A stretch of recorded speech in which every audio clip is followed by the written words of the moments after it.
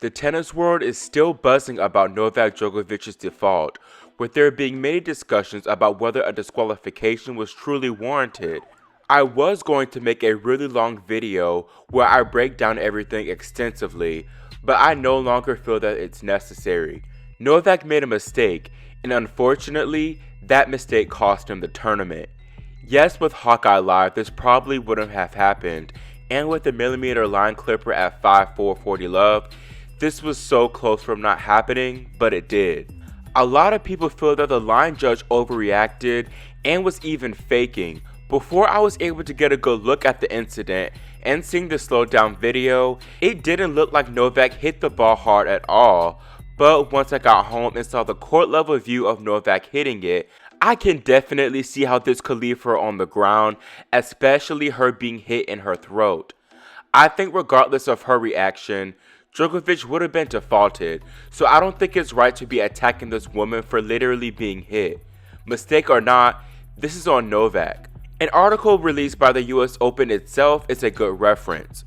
In tennis, there are two ways to be defaulted from a match, through an accumulation of code violations or by a singularly egregious act. In Novak Djokovic's case from the US Open on Sunday, the incident was firmly the latter. After losing his service game to trail 6-5 in the opening set of his fourth round match against Spain's Pablo Carreño Busta, Djokovic struck a line umpire with a ball hit in anger and was ultimately defaulted from the tournament by US Open referee Sorian Freemale. Based on the facts that the ball was hit angrily, recklessly, that it went straight at the line umpire's throat, that the line umpire was clearly hurt and in pain, the decision was made that Novak had to be defaulted, Freemale said after the match, speaking to a group of reporters. A default is one of tennis's rarest punishments, if only because of the type of on-court actions that are considered a catalyst for it.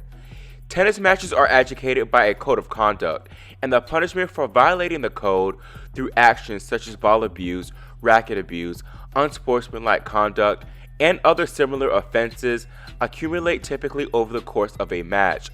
The first code violation is a warning, the second comes with a point penalty, and the third comes with a game penalty, with the offending player subject to default at the referee's discretion at any time should the code be violated again thereafter.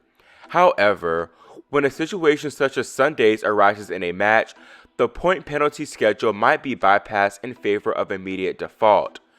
Following the incident, Freemale was summoned to the court, and after the ensuing discussion between Djokovic, Freemale, Grand Slam supervisor Andreas Igli, and chair umpire Arlie Tort, Freemale made the ruling to default.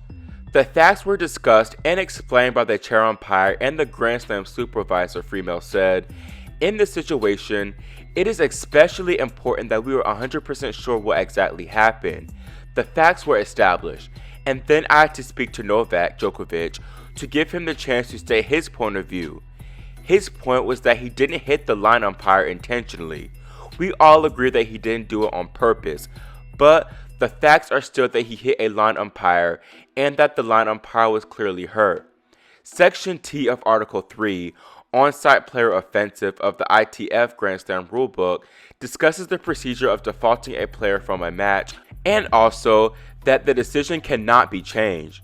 In all cases of default, it reads, the decision and referee in consultation with the Grand Slam Chief of Supervisors shall be final and unappealable. Also, as per the Grand Slam rules, any player who is defaulted from a tournament loses all points and prize money that they would have gained as a result of completing the event. There was no other option, Freemale added. Intent is part of the discussion, but there are two factors. One is the action, and the other is the result. The action, while there is no intent, the result of hitting the line umpire and her clearly being hurt is the essential factor in the decision-making process here. When I first heard the news, I was completely in shock and thought this was the biggest blow in tennis for a while. Though Djokovic's absence is major, with time I've gained perspective and just take this as an unfortunate accident. With this, I believe two things will happen with Djokovic. One, he'll either be extremely motivated by it and will come out at the French Open guns a-blazing, or he could remain mentally rattled by missing out on his 18th slam here. I would bet on the former and think we'll see a very motivated Djokovic come a few weeks. Focusing on the men's tournament, now the top half is obviously wide open and the prospect of a new Grand Slam champion is exciting. Denis Shapovalov, who just beat David Goffin, attested to this, saying the following. Yeah, I mean, this is definitely not the way we wanted to have a new Grand Slam champion, but it's pretty exciting to see so many young guys doing so well, and obviously, with some of the top guys not playing, it's opened up the draw quite a bit for everybody. So you're seeing a lot of new players that normally fans wouldn't get to see. So it's great for them. It's great for everybody. And I think it's just amazing for the sport to have a new Grand Slam champion. It's been getting pretty boring with these three guys winning every tournament.